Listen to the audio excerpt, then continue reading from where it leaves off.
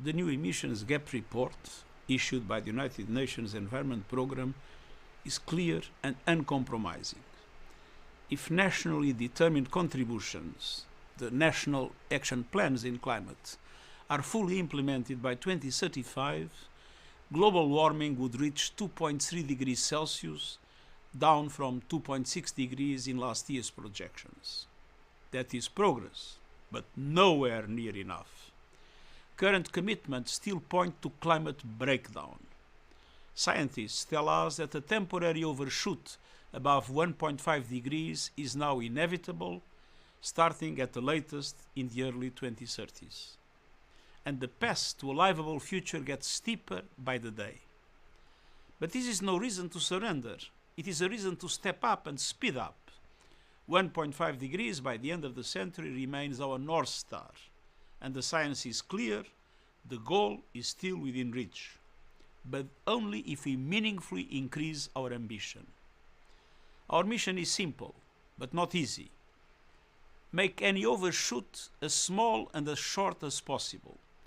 Reach global net zero emissions by 2050 and move swiftly onto a progressive, irreversible, net negative pathway. And bring the global temperature increase back below 1.5 degrees by the end of the century. That means peaking global emissions immediately, achieving far deeper emissions reductions during this decade, cutting methane sharply, accelerating transition from fossil fuels to renewables, and protecting forests and oceans, our carbon sinks. Make no mistake, any period of overshooting will inevitably bring dramatic consequences, with lives lost, communities uprooted, and development gains reversed. But we have the solutions to make this overshoot as small, as short, and as safe as possible. That demands a massive scale-up in renewables and adaptation, backed by a surge in finance for developing countries. Renewables are leading that transformation and rewriting the rules of energy.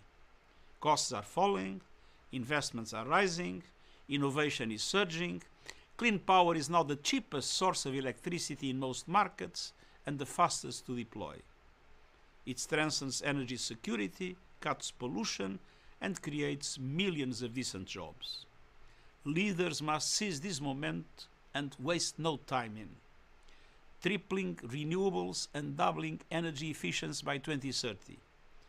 Building modern grids and large-scale storage, and ending all new coal, oil and gas expansion in a just and equitable manner.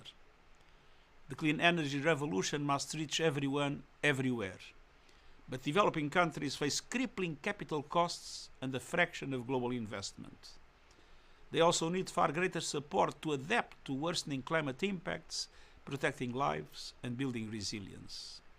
We need a quantum leap in climate finance to lower the cost of capital and expand concessional lending. Developed countries must lead in delivering predictable, affordable finance through multilateral development bank reform, effective debt solutions, and tools that crowd in private investment at scale.